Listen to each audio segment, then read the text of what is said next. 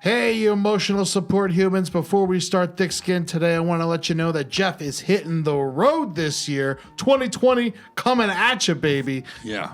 And this week, you're going to do 3 shows of Bumping Mics in Austin, San Antonio, and Houston. That's January 16th, 17th, and 18th at the Paramount Theater, Majestic, and the Revenge Music Texas, Center. baby. Fuck Dallas. We're not going to Dallas. Fuck 'em. We're going to sell our Fuck Dallas posters after the show. And March 13th, you're going to be in Milwaukee, Wisconsin at the Pabst Theater. March 14th, Waukegan, Illinois at the Genesee Theater. And then April 3rd, Des Moines, I think it's Iowa. Genesee Theater. Genesee? It's like, I never... Pabst, Genesee. Yeah, you're right. Yeah. You're right. It's the Genesee Theater. In Waukegan, that's outside Chicago. Yeah. We should probably just say it's Chicago. Probably just say Chicago. March 14th, yeah. March 14th, Chicago, Illinois, the Genesee Theater. When am I in Iowa? You're going to be there on April 3rd. You're going to be in Des Moines, Iowa at Hoyt Sherman Place. That's going to be... I've never even been to Iowa. You never been to Iowa? No. Well, get a magnet for the fridge.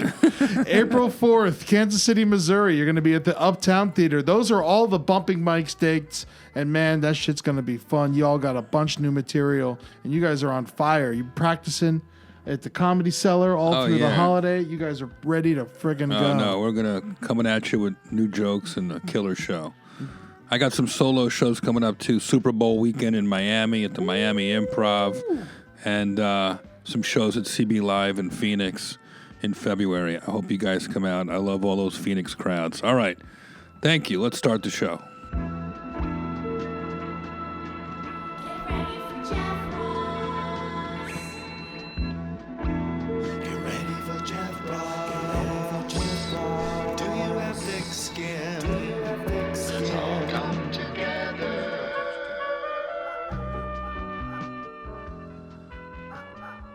You know what that sound is? That's the sound of dogs and wolves killing each other, which means we are back in the bunker, baby! Woo! Yeah, woof, woof. Welcome to Thick Skin with Jeff Ross, 2020 edition. Here we go, Ed. New year, same us, baby. New year, new jokes, new experiences. So shout out to all the emotional support humans. I hope you had a fantastic holiday season. Many people get the blues during the holidays. I was lucky enough to have a very positive experience, feeling really good. So talking to all the thick skinners out there who need a pick-me-up, there's a lot of very intense things going on in the world right now. We are not going to talk about any of them on this episode. This is escapist entertainment for your pleasure. Ed has prepared a show, and I said, I don't want to think about anything too sad. We're going to roast the biggest bomb of the holiday season, the movie Cats. Yes. On this episode. And I also want to introduce a good pal of mine who's here. He just flew in. He landed 45 minutes ago, but I said we gotta go down to the bunker and break open a new year. And one of my college pals, a guy who I just love with all my heart, a big reason why I'm even a comedian, and a guy who is just what can I say? He's a hero to me, Mark Chapin. Thank you, Jeff. I'm glad I'm somebody's hero. You look terrible. Are you tired? Are you jet lagged? I'm jet lagged. No, I'm kidding. You look great. I do? I feel terrible. No. But I don't care if I look great. You look fantastic. You look very content right now. I am. I had a delicious meal. That's great. Wonderful dinner prepared by your chicken and wonderful pal. Chicken and pasta. Yeah. That just shed the jet lag right away. And now you're feeling rejuvenated? Rejuvenated and ready to support you as a human support podcast. Emotional support human. I noticed that Caesar, the dog whisperer, who was on this show recently, wore his emotional support human shirt on his Instagram. That made me very happy. I mean, if anyone's an emotional support human, it's Caesar Milan. Caesar Milan. One of my greatest inventions. They sold well the emotional support human shirts at the pop-up. They killed it at the pop-up. Yeah. Mark, we had a pop-up coffee shop and comedy gallery. I heard about that. Right down on Ventura Boulevard in Los Angeles. And Let me tell you something. It was gangbusters. You would have loved it. We did 2 days from 11 in the morning to 11 at night. I was roasting dogs and babies and teenagers and old people, and we did a live episode of this show, and the news came. I pulled up the day of the show, and it was ABC news cameras outside, and I thought, oh my God, somebody's been killed at my pop-up. And then I realized, oh wow, there's a crowd. This is pretty cool. That's great. So shout out to everybody who came by the pop-up and bought some Roastmasters Mean Beans. We sold a lot of coffee, and it was good coffee. Damn fine coffee. Yeah. It's way better than it had any right to be. Even though the sign said, Jeff Roastmasters not the best coffee, I wanted it to be good coffee. That's sort of, We need it, man. It's what keeps us moving. Yeah. Do you think you'd do it again? I think I'll do it again. You do like a different roast, like have like roast pork next time or something? Oh, or I like it. Roast beef party. roast beef. Different pop-ups. Yeah. I like it with A different foods. roast every time. Now you're on to something. Yeah. I would love to roast a pig. Just do a full-on luau. Oh, yeah. Well, I roasted Roseanne a couple of years ago. Oh, okay. All right. Well, you don't want to repeat. I love Roseanne. I did that joke on the show and tossed her an apple. She tossed it right back at me. She's a lot of fun. Yeah, but if it had been a candy apple, Yeah. maybe she wouldn't have tossed it back. I've known Mark for my entire comedy career. It was Mark who said, Jeff, you should try this comedy class that I'm taking. And, Mark's a funny guy. Doesn't do stand-up anymore. Has a normal life. Congrats on your engagement. Thank you. Oh. I don't know if that's been public knowledge, Oh, but it's since public knowledge. that's great. And We're hiding it from no one. Did your fiance? Did she say yes on the first ask? It took a couple tries, but Took a couple tries. wore her down. It would have been bad if she was like, all right, but let's keep this a secret. Yeah. I'd love to get married to you, but don't tell anybody. Yeah. Well, mazel tov. Thank you. And thanks for coming out for a visit and coming down to the bunker. Thanks for having me. It's Did you great guys to be see any here. great holiday films? Oh, my God. I've seen them all, man. My favorite is definitely Jojo Rabbit and Uncut Gems. You didn't see Uncut Gems yet. Not yet, but I'm saving it for when I can really relax because I hear Adam very Sandler stressful. and my dear pal Idina Menzel knock it out of the park. She's So unbelievable. I feel- love that she came out with that movie and Frozen 2 at the same time. They couldn't be more opposite. She's a very, very talented, and she has great range. And shout out to Idina Menzel, who let me sleep on her couch at the Oakwoods when I was first starting out in Los Angeles. Really? Yeah, That's unbelievable. Yeah, you told me you used to go to Mike's together and stuff. yeah, she was always on the scene. I remember talking about Rent, helping her run lines for her audition for Rent. That's crazy. You helped Idina Menzel get Rent? I wouldn't go that far. I was just there, convenient to Help read her the Skipping lines. Rent. Helped her, Yeah, helped her pay rent, right? yeah. But Well, there was one time we were out here Yeah. doing your one-man show a Yeah. gajillion years ago. Yeah. That's not the name of the show. That's take what a we did. banana for the ride. And we flew back to New York, and Adina was on the flight with us. Uh-huh. And I remember we sat in the first row of the coach section, and it was you, Adina, and me. And she fell asleep on my shoulder, and now I can tell people I slept with Adina Menzel. Wow. That's a great story. What a nice memory. Don't get unengaged, Mark. Yeah. Yeah, this is it. This heard is my version of a bachelor party. Jeff's podcast. I heard her pussy was frozen after that. Oh yeah. I have that effect. Anyway, she stuffed herself into the overhead compartment. She's like, who is this guy? No, that's beautiful. She's an absolute She's a gem of a wonderful person. She is a fine gem of a person. Can't wait to see her An uncut in gem of a Uncut person. Gems. Did anyone see Cats? No. Me, no. All right. Well, I did shrooms and went to Cats. And man, oh man, was that fun. Man, it's been a failure. Is that the only way to see it? Or? I probably wouldn't have gone if I didn't do shrooms. So I want to do this week's I want to open the show with a roast of the film. Now, I love the play.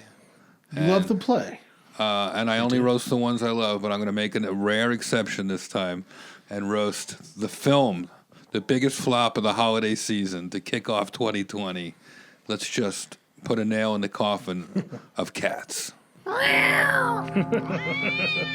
Universal spent roughly $200 million on producing and promoting Cats. So far, it's only made back around $50 million. And director... That much? It was directed by... It's not that much worldwide. Okay. But where did that $200 million go? I didn't even know there was a Cats movie They until it spent like opened. $100 million making it, and then they spent another $100 million promoting it because they didn't want it to die because the first previews that came out were not that great. But it was directed by Tom Hooper, who's an amazing director. He's won an Oscar for The King's Speech. He also directed The Danish Girl and Les Miserables, which killed it. And the movie, you thought it would be killer because it had Idris Elba in it, Taylor Swift, James Corden, Rebel Wilson, Judi Dench, Jennifer Hudson. Well, it may have bombed with general audiences, but it was a smash hit at the litter box office. Oh, come on, Jeff. Be easy on him. This sounds like the plot of The Producers. Let's hope the writers also have 9 lives. The movie tanking was a surprise because the theatrical version had the 3rd longest run in Broadway history, just behind Phantom of the Opera and the AIDS virus. The Cats movie. Tom Hooper, the director, also directed Les Miserables, which is how this movie makes me feel. That's right. The director, Tom Hooper's last movie was The Danish Girl, which is also what Craft Services called Rebel Wilson. Good one, Ed. Judi Dench is such a method actress, she shit in a box for a week heading up to filming. James Corden was cast strictly on his superior ability to show people his asshole. Taylor Swift was also in it, which is reason enough not to go. They spent $200 million on this movie. Imagine if that money went on to anything else. Saving cats, killing cats. Hairball relief. Anyway, cats are roasting Rabies. rabies. Roasting rabies. The thing that was amazing was they were still redoing it after it had opened. They redid a bunch of scenes and then re-downloaded it to all these cinemas. And then cinemas that didn't have digital download, they had to get prints out and discs out to these people. Yeah, because there was one scene where Judi Dench, so like you could see her hand or something, and so they. I thought it was maybe you could see her. Her like pussy. that was really going to save the movie. I had a bunch of buddies for his birthday. I was so proud of him. He got all his friends together and he dressed them up like dogs, and they went and saw Cats and barked at the screen. Really? Holden McNeely. That's shout another out. level. That's high art right there. That is amazing. That's going that extra mile for a bad movie. That really is. But, you know, we love movies around here. Mark and I actually met in film school at Boston University. Yeah, it was 4 years of watching movies. It was great. Dad's and dying. writing stuff and making stuff. Yeah. You guys made movies together, like short films and stuff. No, I don't think we ever made one together. No, he was more in like the razzle dazzle part of the business. Really? Producer. Yeah, I feel like you were always going to be more of a producer, and I was always going to be sitting in a room by myself trying to write something. Well, and our friend Brian, Yeah, who we were the gruesome threesome. Brian Weiner. He had a camera, so that was That great. made him the director. That made him the director and the one in demand. I was cleaning out some closets in New York, and I did find footage that looks interesting that I should probably bring out here and convert. But it just said it had all these funny like titles of stuff I must have shot as a film student. Fists of Fury, Gramps was one. So all like student films that I made that I forgot about or never even cut together, or who knows, who knows what the the assignments would have been. It would have been just shoot this thing, Well, so we I'd had probably one- just have footage of friends and stuff. We had one assignment, I remember, was to take a camera, load it with film, and shoot an autobiographical film, one reel. This is back when we had real film. Right. One reel without editing. To edit it in the camera. Stop, start, the whole thing. And now that's called Instagram stories. Yeah. But we have a degree in that. Yeah. Well, that's it, man. There used to be real film, and I was thinking how all these things come in and out and come and go. Technology evolves, but yet, if you walk around Disney World, you'll see the old penny arcade that they have there. So yeah. you put your eye up against a little screen, Yeah. which is how people used to watch films. The penny arcade, you put your head into a little screen, and now that's exactly what we do. We put our head into a little screen, and we watch our phones. We watch movies on our phones. It's like the penny arcade in the palm of your hand. Never thought about it like that. Yeah, That's pretty Something crazy. about watching through a little screen in the palm of your hand. I don't like that sentence. Well, it's That just yours. combination. Just my palm? Yeah, so that's how everyone went to see the Irishman. They got cramped up hams. You had to eat like 3 bananas so you can just get through that movie. yeah, 3.5 hour movie. I enjoyed that one too. I love the Irishman. I really enjoyed that. And Sebastian Maniscalco, he stole the 2 scenes he was in. He was the best. Yeah, he was The best. Ray Romano was great. Jim Norton played Don Rickles. I love when comedians score in a big movie. It makes me so happy. Yeah. It was great. Great movie, The Irishman. My favorite one was Jojo Rabbit. It That was movie really. unbelievable.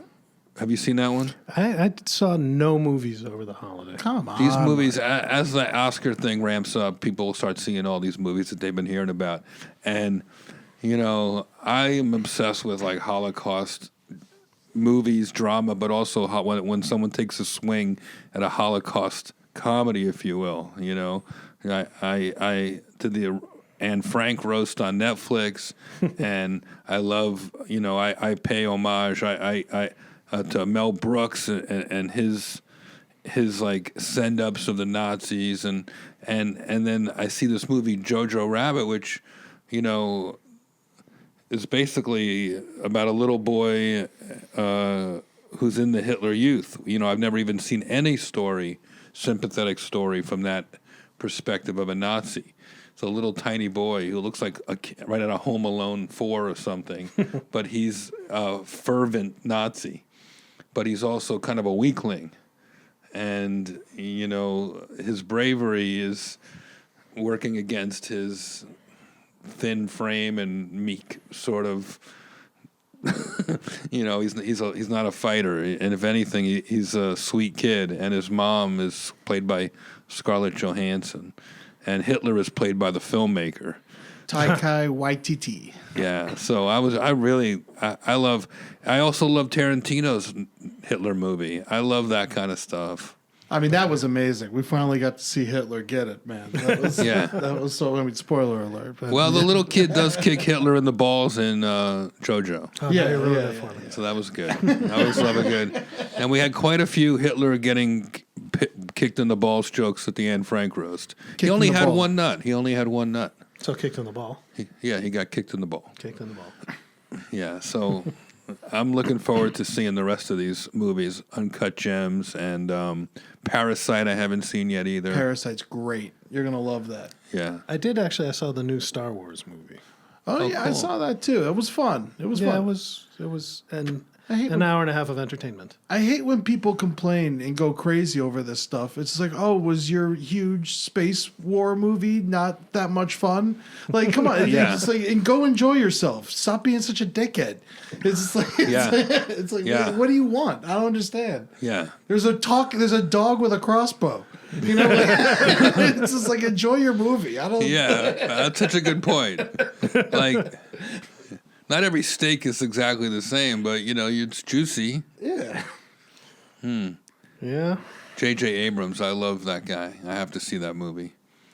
I was going to see the new Star Wars movie, but I realized I wasn't 14, so I saw Jojo Rabbit instead. But I got to see it. That'd be good. Take a 14-year-old to see a Holocaust movie with that. I always think that's a good idea.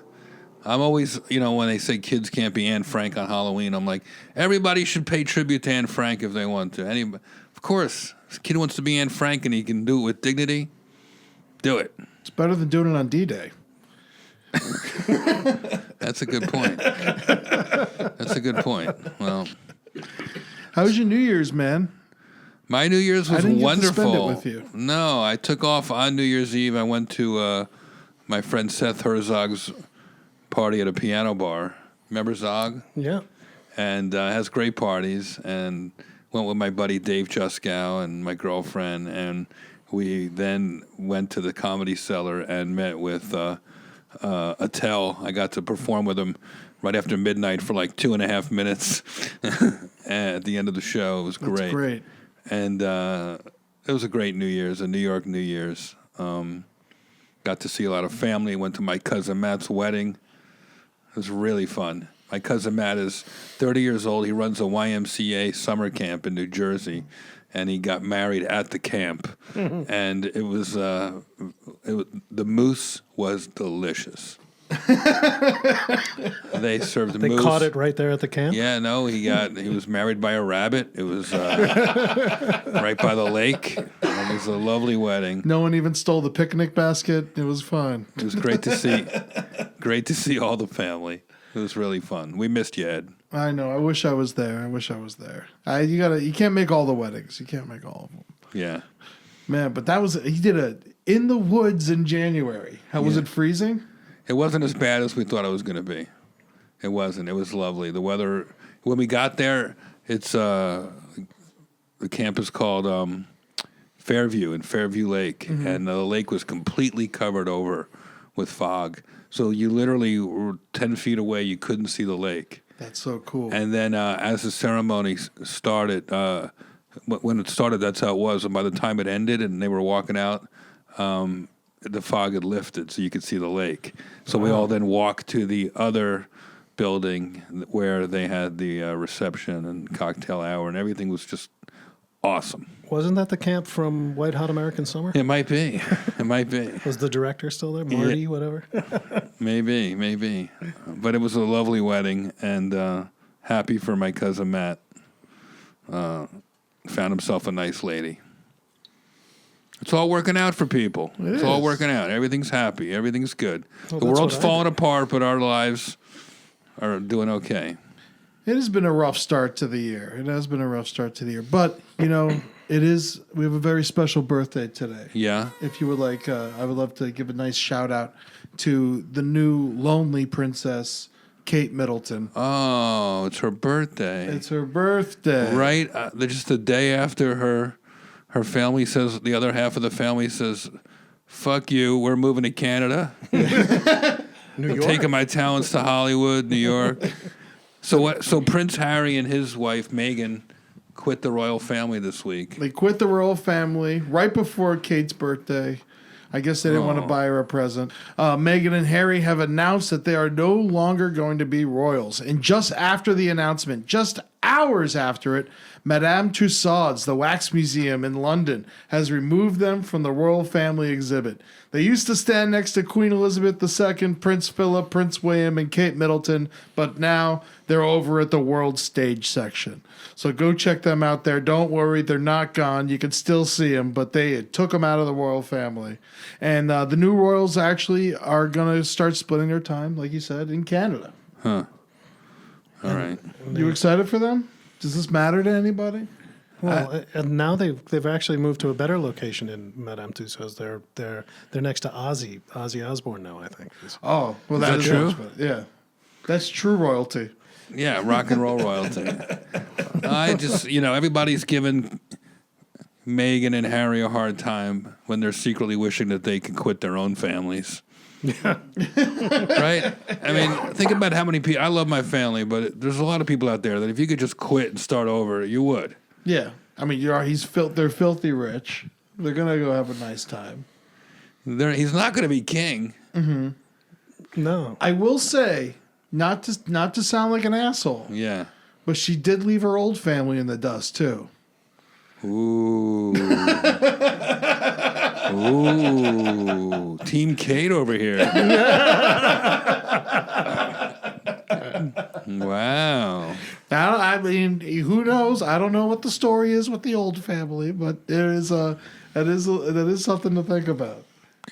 But Harry never wanted to be in it anyway. He was out showing his penis in Las Vegas hotel rooms. Dressed as like a Nazi. Hitler. Right. He's been trying to get out, right?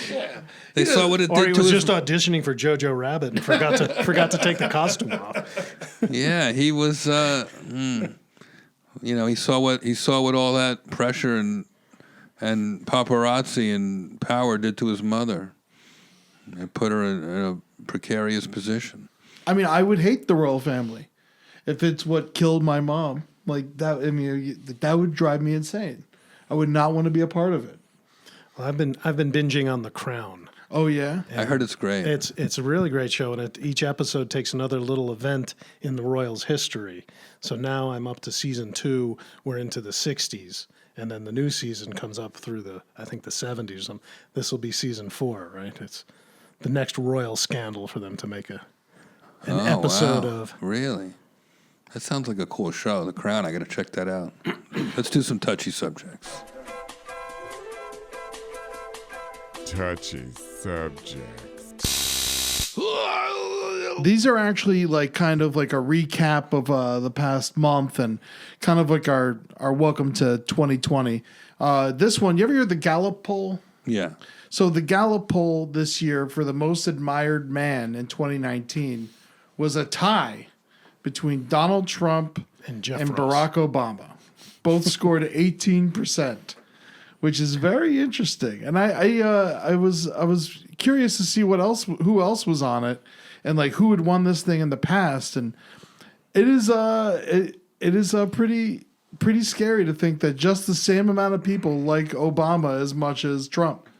But still, it's only 18% for each. 18% for each, but no one else even scored close. A lot of people end up putting their family members, Mickey Mouse, stuff like that, you know. So, but Obama got 18%. In 2018, he got 19%.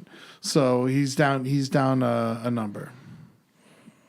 What would you? I don't know. I'm trying to think of admired and Donald Trump.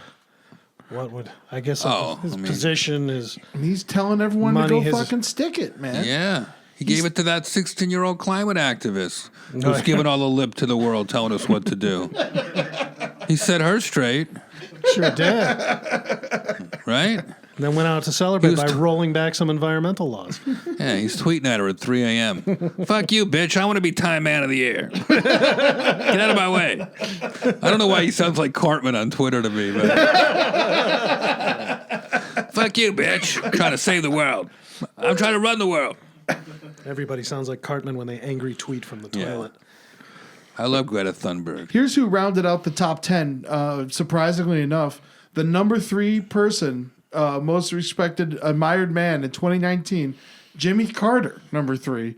Elon Musk after him, Bill Gates, Pope Francis. Really? Bernie Sanders, Adam Schiff, the Dalai Lama, and then Warren Buffett. All the way down after that. No one else. They have a list here of who's had the most wins all time. And The Rock did not make it. The Rock did not make it, which is surprising to me. Wow. Because it probably would have got my vote, to be honest with you. The Rock's great. The Rock's You got a wonderful. little boy Can't believe crush that on the fucking Rock? asshole, the Dalai Lama, beat him out. The Rock has way more Twitter followers. I don't get it. That'd be a cage match, right? The Dalai Lama and the Rock. All right. So the person who has gotten the most nominations for admired man Muhammad and Ali. most top 10 finishes, Muhammad Ali, Hold on, let me guess. 61 times. Wait, That's hold on. crazy. Hold on. How long have they been doing this? They've been 62. they've been doing this. How long have they been doing the Gallup poll? They've been doing the Gallup poll. I mean, I want to say for about let's just say 100 years, because the top person got in the top 10 61 times. Oh, okay. I don't think you'll ever guess. I think I might. Most admired person. Dave Coulier. No? Wait, give me another guess. Hold on. Rickles had a joke about him. Oh, boy. Number 1. Frank Sinatra. No. Not even Hold on on, the hold list. on, hold on. Rickles had a joke about him. Think politics. Think James Cagney? Think religion. Trying to think of Rickles' act now. Think of Rickles. He mentioned him at the Reagan inauguration. He mentioned him. Yeah. Bob Hope? No, I'm going to give it to you. Hold on. Think politics. Think religion. Oh, okay. Billy Graham. You got it. Yeah. Number 1 Gallup man of all time by a landslide. Reverend For Billy. most admired? Most admired man in Gallup history. Number 2 is Reagan. At 31 times he was nominated in the top 10 finish. Billy Graham 61 times. Wow. How crazy is that? The Reverend Billy Graham. Nixon got it 21 times. Really? Nelson Mandela 20. Bill Gates 20. But still, I mean, that's crazy. Woman? Wow. Who do you think the woman is? Most admired woman? Top 10 finishes in the Gallup poll? Okay, hold on. Maria Bamford. Close. Close. I'll give you a hint. Carol Burnett. No. Hold on. Lucille Ball. It's hardly ever an entertainer. Hold on. Mrs. Billy Graham. Hold on. Nancy Reagan. Ooh, Nancy Reagan is on the list with 19 top 10 finishes. Okay. But this person had 51. Okay. She also finished in the top 10 this year, as a hint. This year. So Yeah. Barbra Streisand. Oprah. Oprah finished in the top 32 times for Oprah. Not an entertainer. So Hillary Clinton. No. How many times? Hillary Clinton got it 28. This person got it 51 Oh, times. so this is a very, very old person. Yeah. Still alive? He's still alive. Got it this year as a top 10 finisher. Old woman. Oh, Ruth Bader Ginsburg? No. We Oh. talked about her earlier in this show. I'm giving it to you. Yeah. Queen Elizabeth II. Oh, of course. Yeah. I didn't know Gallup was the whole world. Yeah, yeah. Is it just America? No, it's the whole most admired people in the world. Wow. Yeah, that's what the Dalai Now that Lama we was on the list. Now that we know that it's international, can we go back and do that segment again? I guess they don't vote in Asia or Russia or They don't give a fuck. Gallup poll. Man. How about some fun news? You think Gallup would be funny if Gallup was on the top 10? Then you know it was fixed. Whoever Larry Gallup is, the Gallup poll. Yeah, how many times did Seabiscuit win? What's next? What's next?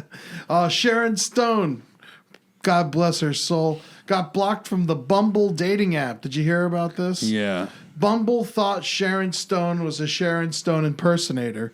Bumble has since restored her page Wow. after she complained on Twitter. Bumble is famous for their Sadie Hawkins approach to online dating, where the women have to ask out the men. Oh, okay. And she made up an account and people thought it was fake. Yeah, and she they started kicked her asking off. dudes out, and they're like, "No way, Sharon Stone's asking me out." And then they like On Bumble. on Bumble, and so they like said it was a fake thing, and she's like, "No, I really want to date that person." Wow. So there's hope for us. Bumble, Well, not me, but Bumble sounds like maybe this is a publicity stunt. I mean, this is the best thing that ever happened to Bumble. If you're an old man and you know that you're newly single and you could suddenly date Sharon Stone and possibly get stabbed in the heart with an ice pick.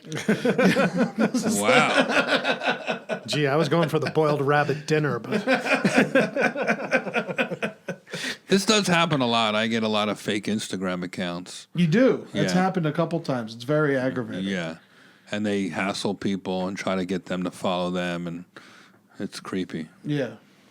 But if you're on Bumble, let's hope Sharon Stone asks you out on a date. Shout out to Sharon Stone. Somebody, please bang her. Oh man, my good Rum. buddy Henry Zabrowski from last podcast and a You left. bang Sharon Stone? He had to make out with her Ooh. in a movie that never came out called God's Behaving Badly. He was Wow. so nervous, and he had to actually make out with Sharon Stone. She said she grabbed him by the back of the head and forced her tongue down his throat. Jeez. Holy mackerel. wow. Really? You heard it here first, folks. Wow.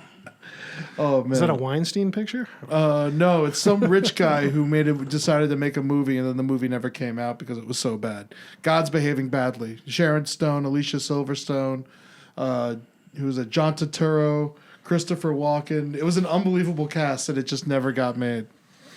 Wow. And the wonderful Henry Zabrowski. That's a tough one when a movie doesn't come out. Yeah. It's so heartbreaking. People spent years. What's next? Someone in Las Vegas has been putting tiny cowboy hats on pigeons. What? 3 birds have been spotted, and they're named Chuck Norris, Billy the Pidge, and Calamity Jane. 2 of the birds have been caught and had their hats removed. The person or persons gluing the hats to the pigeons is still at large. Where was this? Las Vegas. In Las Vegas? Residents are encouraged that if they see the birds to catch them and bring them into a vet so they can get those poor hats removed. And it is, I mean, you really don't want this kind of thing to happen because it is animal cruelty. But boy, oh boy, is it the cutest form of it. Oh, wait a second. You think it's the same guy who was painting swastikas on the turtles? I forgot about that. Oh, yeah. Oh, man. Well, they're saying if you do find, you do catch one of these birds and once it's safe, you can call the local veterinarian's office and bring the pigeon in for treatment or contact Lofty Hopes at 702-234-6990. You're supposed to catch these pigeons? Yes. Yeah, you got to catch the pigeon. You throw a blanket over it, and that's So they're wearing cowboy hats? yeah. It's really adorable. Here, let me pull up a picture for you. What's really scary is the ones with the 6-shooters.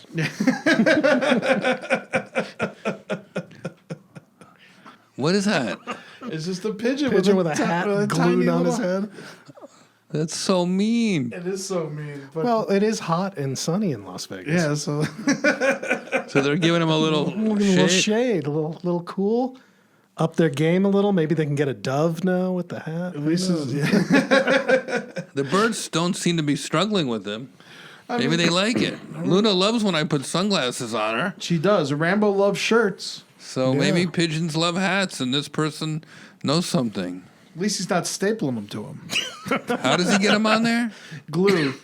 He's gluing these hats to these pigeons. Maybe they're sick of other pigeons shitting on their heads.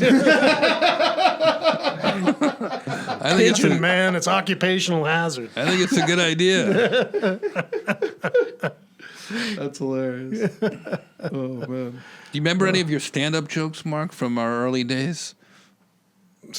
Oh, God, I don't know. Not ones that are still pertinent. I don't remember many. You don't remember any?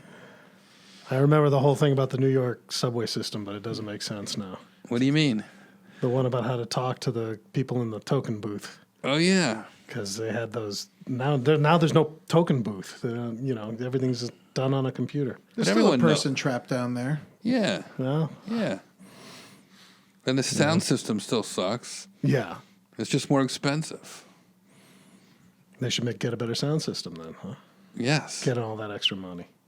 No, I used to talk about going down when I first moved to New York, and I wanted to go from my apartment on the west side down to the Lower East Side. And Right. I didn't know where I was going, so I walked up to the token booth where they were encased in 3-inch thick bulletproof glass so you can't hurt them. Yeah. And I got one of those little movie theater speakers that don't work in the movie theater. It makes you think they're going to work in the subway. Right. And I said to the woman, how do I get down to the Lower East Side? And she says, you take the number 5 stops, get the number 4, and you're there. And so I had no idea what she said, and I needed a token. They were like $1 then. And I said, threw a $5 bill in the slot.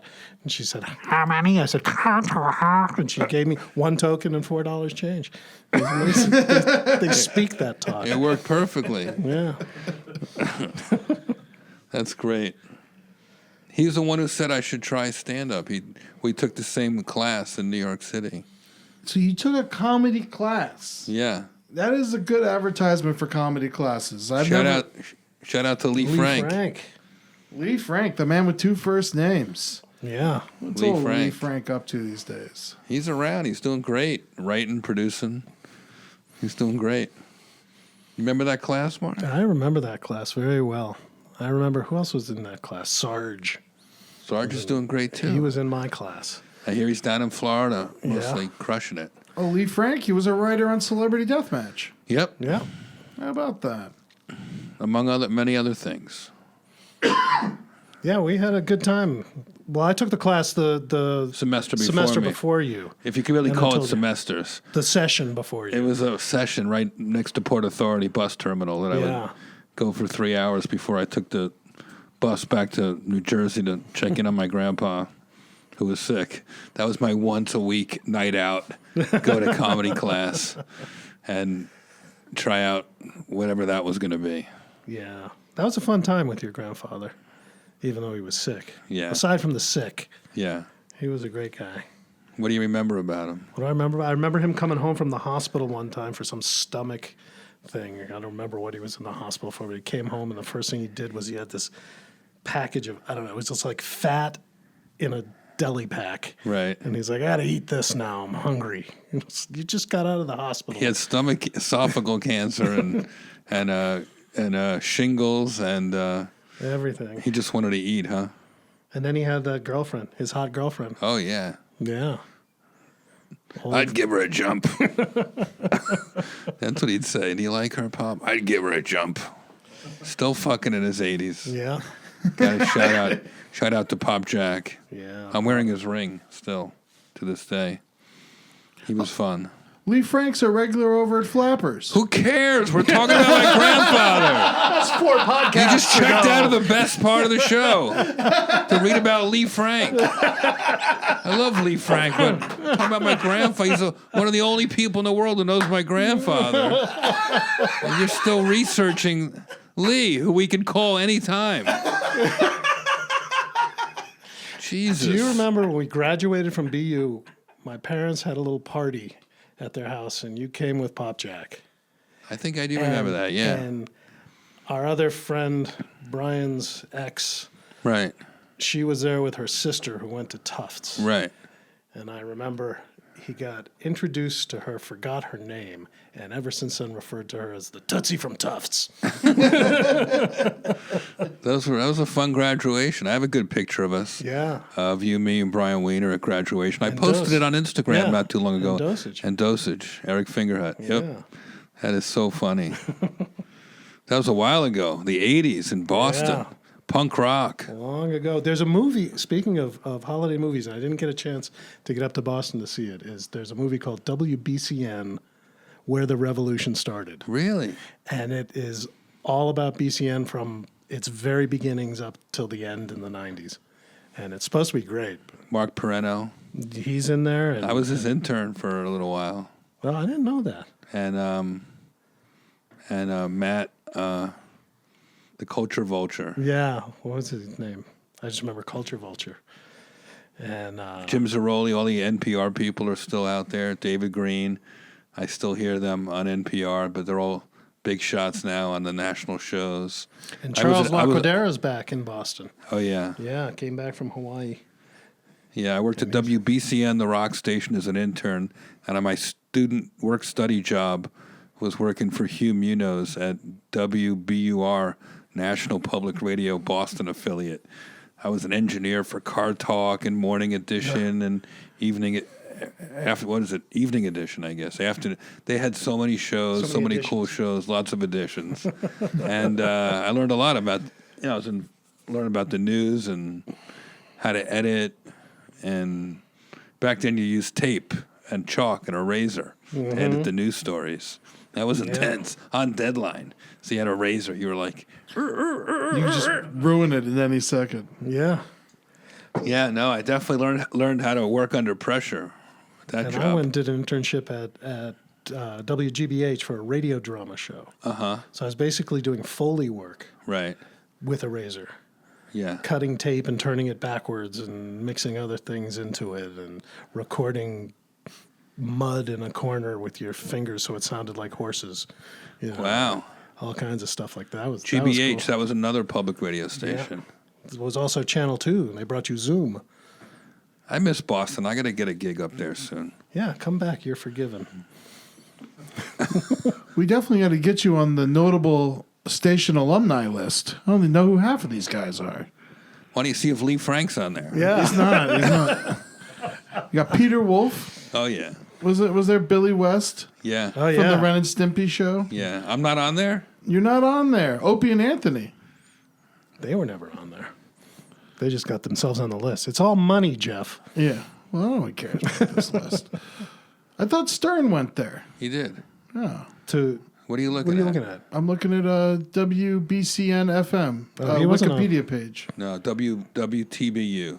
WTBU. Yeah, That's the college station. yeah. That was Stern our wasn't college at station. BCN. Yeah, BCM was the big popular rock station. I don't know if it's still active. Is it still up there? It's gone. It's sports now or something. I don't know. Boston's all turned into one big corporate radio. The Rathskeller's not there in Kenmore Square No, anymore. it's now it's an expensive hotel.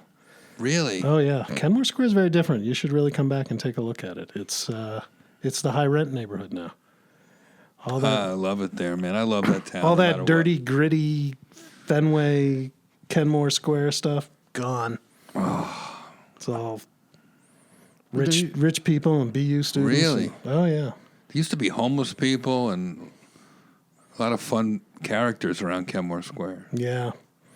Now they have to go out to Boston College instead. Oh, yeah. You are on there, on the notable alumni of WTBU, the Wikipedia page. Jeffrey Ross, a.k.a. Jeff Lifschultz, notable comedian and broadcaster. AKA Segwell. That was my DJ name. That was your DJ name? Yeah. I sort of remember that. I remember coming by once when you were doing your show. My DJ name when I was at the University of Rochester was Derek Steele. I had come up with that one just as I came on the air. Derek Steele? Why Derek Steele? I don't know. It sounded better than Mark Chapin, so I was like, and actually the real reason I did it was we had a meeting of people interested in joining the radio station. It was my second week of freshman year, and somebody said, "We need somebody to go on right now." And I said, "I'll do it." And I went on and I played a couple songs, and as I brought up the mic for the first time, I thought, this is my second week in college. Nobody knows who I am. If I fuck this up, everybody's going to know who I am. So I said, "Hey, you're listening to WRUR with Derek Steele." And that was it. Derek Steele was born. Wow. Sounds like a porn name. Well, no, my friend Kevin That's Derek Hirsch, who's Robb. actually a doctor now, he was Trim Hunter. Very That's good. pretty good. Very clever. Wonder why he didn't make it big. That's why I went into medicine. Yeah. What do you think, Ed? I got one more touchy subject for us, and then we can go to our second roast in peace, which is actually a heartbreaker. Oh, yeah. All right, you ready for this? Yeah. Thousands of penis fish wash up on a California beach. They're called penis fish or the fat innkeeper worm because they resemble a fleshy dick. Usually they stay buried under layers and layers of sand, but recent storms swept away multiple layers and have left them exposed to the elephant. This all happened 50 miles north of San Francisco. You got to take a look at these penis fish because there couldn't be anything else that it looks like. Yikes. It is. It's kind of smiling. Yes, it is. And then look. That's at a fish? It's a worm, and then look at the Wow. beach. It's a million of them. That's a lot of penises. Oh my! It's like a fucking. What's it called? A penis fish? Oh yeah, or a fat innkeeper worm, and it looks just like a 10-inch white dick. So what you can't see on the edge of that photograph is the sorority girls all lined up. Yeah. Beach day. Come on, girls. There's enough for everybody. Wow. Actually, where'd you say it was? In San Francisco? It's just north of San Francisco. They didn't actually. say That's the not a exact- shocker. Wow. Just south of San Francisco would have been a different story. This is like honestly, this is like a fucking Freddy Krueger dream. Just like, That is a very strange thing, man. Wow. Wow. Do they spit or something? they bite actually. They have little fangs bunch at of the dicks. top of their head. Penis fish. Yeah, if you look at the top of their head there, they got little fangs that stick out the top. Oh, that looks just So like my if you're dick. gonna grab a penis shift, make sure you grab it by the shaft. Yeah. Otherwise, you might get pricked. There you go. Yeah. No, they're very popular now. There's a penis fish bisque over at the Yes, tonight we're What are those serving a things fine over at the- penis bisque. Over the lobster roll place down the street. Yeah, it comes in a sourdough bread bun. Comes in a hot dog bun. Yeah, Oh my god, a sea hot dog. That's exactly. yeah, yeah. A little extra, they'll devein it for you. Comes with sauerkraut. It's fun having you here, Mark, reminiscing about my early days in stand-up. Not many people saw me at the Ye Olde Triple Inn No, on that very first night. I don't think people saw a lot of things at Ye Olde Triple There Inn. was a bongo player, a couple singers. I went on. I don't know if you went on that night. No, I don't think it did. I think you 'Cause just I were had there- done it- You were just supporting me. Well, I went on the night, was it like the week before? We went down there to practice because you were going to chicken out. Oh, And we went down and we each did a set. I think it was the week before, the open mic the week before. really? Oh, my first time. Well, was maybe at- you didn't. I No, did. you did. Because the place. Because I'd never seen that before. I went with you, and then you came with me. I just remember it looked like it was decorated by Jacques Cousteau. It had weird pictures of fish and stuffed fish around. Really? The Yeah. Ye Olde Triple Inn? The old Triple Inn. Interesting. I have a vague memory of that. I figure remember having some Ye Olde- joke about Jacques Cousteau and how he decorated it. Oh, really? Yeah. Wow. It just came back to me. I don't even remember. I couldn't even picture the place till just now when Ed and I were talking about it, and it was like, I remember it. I remember it standing on the stage. 54th Street? No, it was lower. 14th Street? No, that's a different place. I can't remember where it was now. No, you're getting to a couple places mixed Minus 110th Street. I don't know. up. No, you're thinking of the Eagle Tavern. I That can't. was on 14th Street. Ye Olde honestly- Triple Inn was on 54th Street, or Studio 54, right across the street from where that used to be. And it was just a little dingy bar, and it was during Fleet Week, so there were all these Navy guys in the front row, a couple of cute chicks, and the whole thing started to gel. I Yeah. did great. It was the next 5-10 times I did bad, but that very first night. I was remembering listening to your podcast a couple weeks ago with Jeff Garland, who I've actually known longer than you.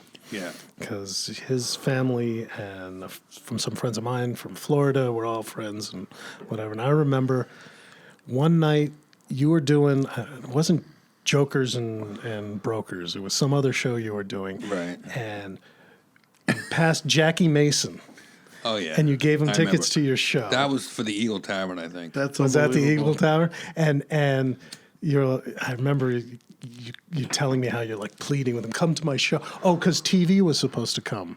There was some TV station doing a news about Oh, the wow. Eagle Tavern, and you wanted to have Jackie This Mason is there. 1990 or 89 or 90 or Oh, something. it was long ago. You kept putting off your spot so that Jackie Mason would be there, and the news crew was gone. Everybody was gone. Jackie Mason never showed up.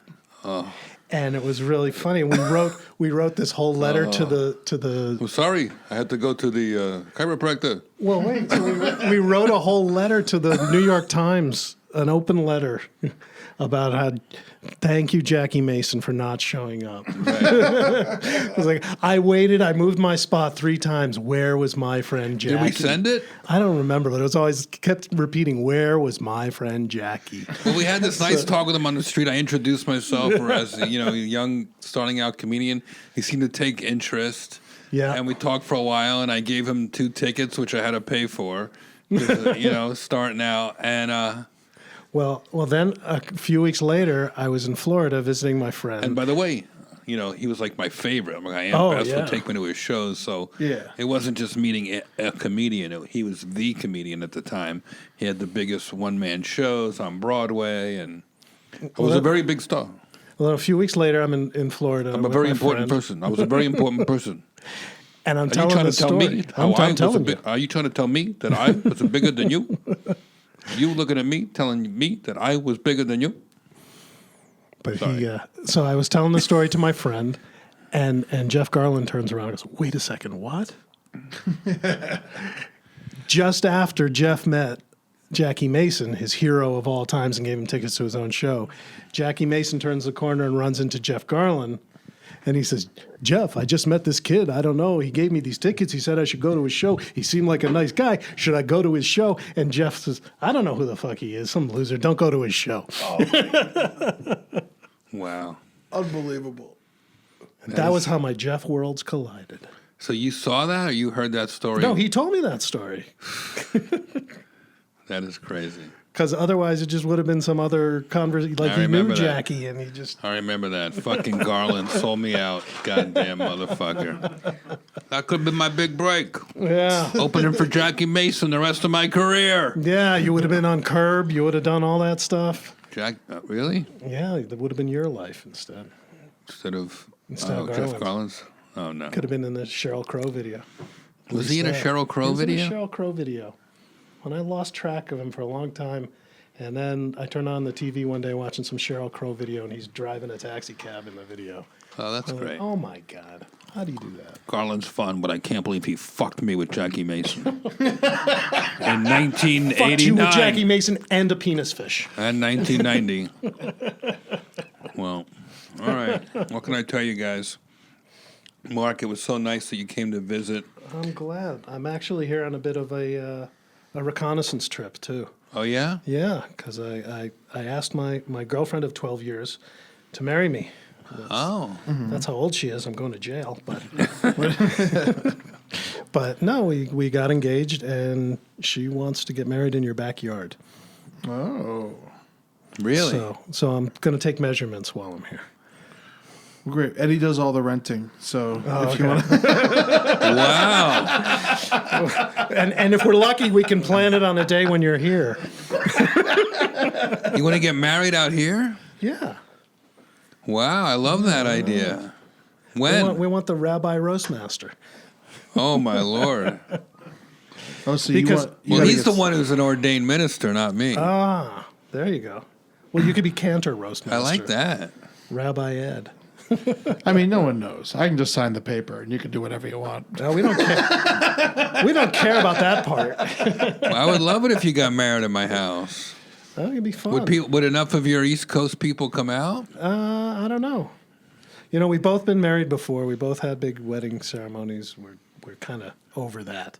So did you get just divorced? Is that Yes, we are both divorced. good? Because that's always Legally helpful and if you in do the that eyes of before you God. marry somebody else. Oh, yeah. Oh, good. Yeah. Yeah. So it was a fun New Year's. You And, proposed right around New Year's. Yeah, our I remember anniversary. how you were a little nervous. You wanted it to go well. Yeah. Well, I was afraid I wouldn't be romantic enough for her or something, and that would spoil the evening or whatever. But it worked out really well. As long as you don't toss a ring at her and be like, "Hey, what do you think?" You know, it's gonna be. No, I tossed two. She told me you didn't get down on one knee. No, there wasn't enough room. We went to this really arthritis. nice restaurant. They put us in a little booth because the restaurant knew what was coming. They put us in this little, it was like a little booth. There wasn't room there. But I was giving her all these silly anniversary presents because it was our anniversary of our first date. And I was giving her these silly presents and nothing else was coming from it. And I think she was getting a little upset. And then she got up to go to the bathroom. I thought, I better speed this up. Wow. So when What do you she mean came- little presents? Like you were fucking with? You're like messing with her or trying to be romantic or what were you doing? I wasn't intentionally messing with her, but that was what happened. The first gift I gave her was she loves karaoke, so I gave her this microphone that hooks up to your phone with Bluetooth. Oh, so you cool. can karaoke wherever you want. Wow. And she thought that was nice. And I gave her a romantic anniversary card. And then we've been together so long, and if you know anything about How me, long? 12. We've been together 13 years, 12 years. And if we've you know lived together anything 11. And if you know anything about you. About me, I hate coffee. Right. She loves coffee. Right. She leaves coffee mess everywhere. Right.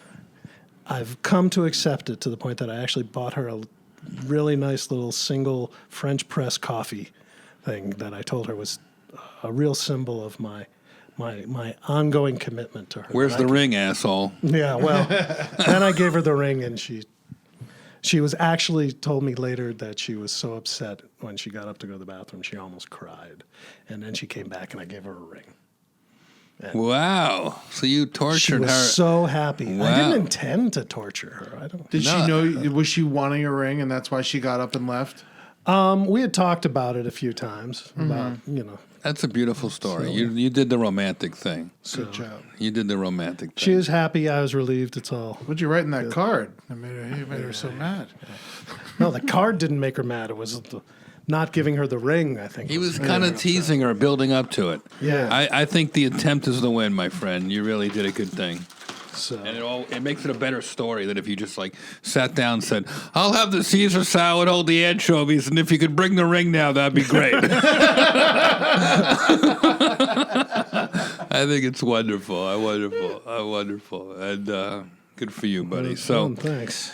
we celebrate life on this show, but sometimes we also have to pay tribute to the dearly departed. And this one, for anybody who's a rock fan, who grew up in the 80s or 90s, and was a big fan of Rush, this is a tough one because Neil Peart, the drummer. He was the leader, man. He was the leader. He wrote a lot of the lyrics, which I didn't realize. Right. Yeah, and he Rush was, they weren't for everybody, but the people who loved him were insane for him. Of course. They sold out everywhere. They didn't nothing. They're like the Trekkies of classic rock fans. Right. And he passed away today at 67. Oh, from man. brain Too cancer. young. Oh. He was known as one of the greatest drummers in the world. Rush themselves had 24 gold records and 14 platinum records. Their biggest hits were Tom Sawyer, Limelight, Spirit of Radio, and The Working Man. Wow. Sorry, I missed that. Say it again, please. The Working Man. What the fuck, Siri? Okay.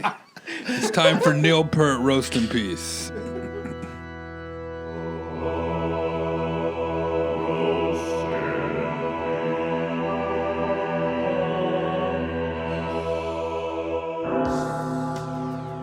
Unfortunately, Neil officially is no longer a working man.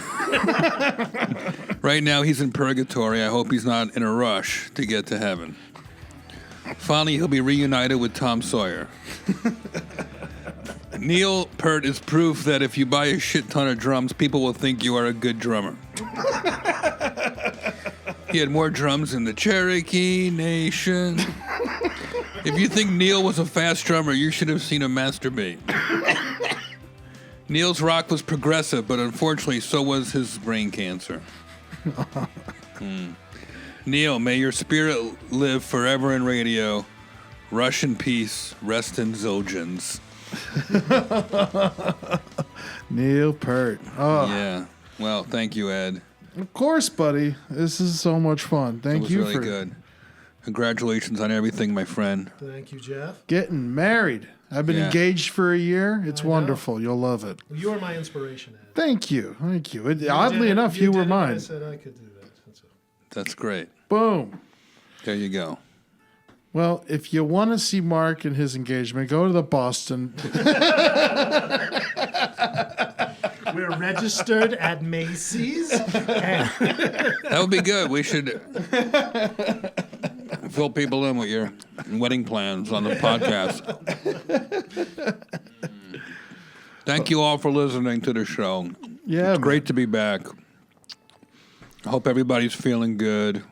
Don't forget to write us. I love reading the mail. Oh, please. And that's at thickskinwithjeffross@gmail. You can write us and just let us know what you think of the show. Tell us if you're happy, you're sad. We love to hear from you. And hey, who knows? If it's interesting, maybe we'll read it on the show. Also, if you want to get an emotional support human shirt, you can go on the Jeff's merch page at roastmastergeneral.com, where you can go for all things Jeff Ross. Also, if you scroll to the bottom of that homepage, there's a SoundCloud player, and you can listen to the Thick Skin with Jeff Ross right there. Also, we're selling I'm Offended by People Who Are Always Offended baseball shirts and mugs. Go get those, man. I love those things. Valentine's Day is coming up. If you're hinted to your lady, because I know that she'll love to get you that. Yeah. Here's the big one, buddy. What? Bumping Mics. Yeah. This weekend, Texas, 3 shows. And then not just that, y'all are on tour again, officially. It's coming. You got shows in March, you got shows in April, and then buy the vinyl on Amazon, for Christ's sake. Where are the shows? The show's on the 16th of January. You're going to be in Austin at the Paramount Theater. At the 17th, you're going to be in San Antonio at the Majestic. And the 18th of January, you're going to be in Houston at Revention Music Center. Great, I love that. Our buddy Court McCowan is going to be on the road opening for us this Texas leg. It's going to be great. I think we got shows coming up in the Midwest too, You Iowa. do. In March 13th, you're going to be in Milwaukee at the Pabst Theater. And then on the 14th, you're going to be in Waukegan, Illinois at the Genesee Theater. That is your theater named after Bad Beers tour. I was going to say, it's all that Pabst, Genesee. What's next? The Miller Lite Amphitheater? And in April 3rd, you're going to be in Des Moines, Iowa at Hoyt Sherman Place. And on the 4th of April... Hoyt Sherman Place? What? Yeah, that's the name of the place. I'm Hoyt. In Des Moines, Iowa. So Iowa's great. You guys could talk about the election. You'll have a great time. And then in April 4th, you're going to be in Kansas City, Missouri at the Uptown Theater. And that's just not it, guys. If you want to see Jeff and Dave, that's cool. But even better, Jeff by himself. This is where you really get to get roasted by Jeff on stage. We just did shows in West Palm Beach. Those were fucking awesome. We did 5 shows in 3 days. And then you got 4 shows in 2 days coming up. Super Bowl weekend, Miami, Florida, the Miami Improv, January 31st and February 1st.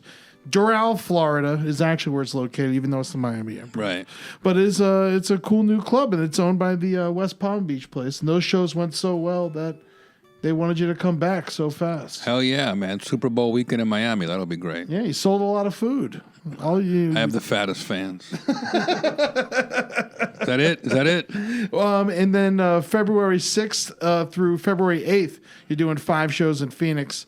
At the 6th, you're going to be at CB Live. And on the 7th and the 8th, you got 4 shows at Stand Up Live in Phoenix. Jeez Louise, that's a lot of jokes. That is a lot of jokes. Come get roasted down in Phoenix. I love those Arizonians. They're crazy down They're there. so easy to make fun of. Oh my! Be careful of Sheriff Joe. And keep an eye on the calendar because more dates are coming. Rate and review our show on iTunes and email us again at thickskinwithjeffross@gmail.com. Our Twitter is at thickskincast. Instagram, thickskinwithjeffross. Real Jeffrey Ross on Twitter and Instagram. And on Twitter, I am at EddieTunes_. Instagram, just EddieTunes. And you can check out my other show, The Brighter Side, on the Last Podcast Network. I think that's it, baby. Thanks for listening, everybody. Lots of love. Shout out to all my thick skinners out there, my emotional support humans, my eshes. I'll see you soon. Bye. I got the thick skin blues. All right, let me see. And I... I'll key you in.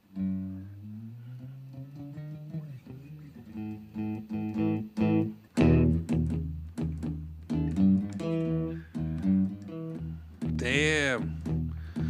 I'm in New York, talking the talk. I'm doing the podcast,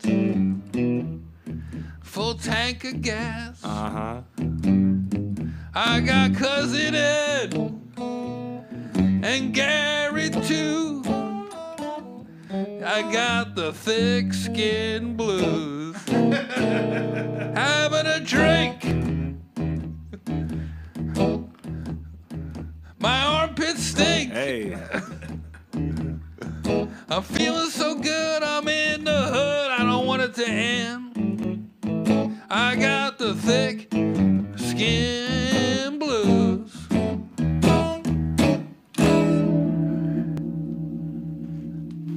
Thick skin blues.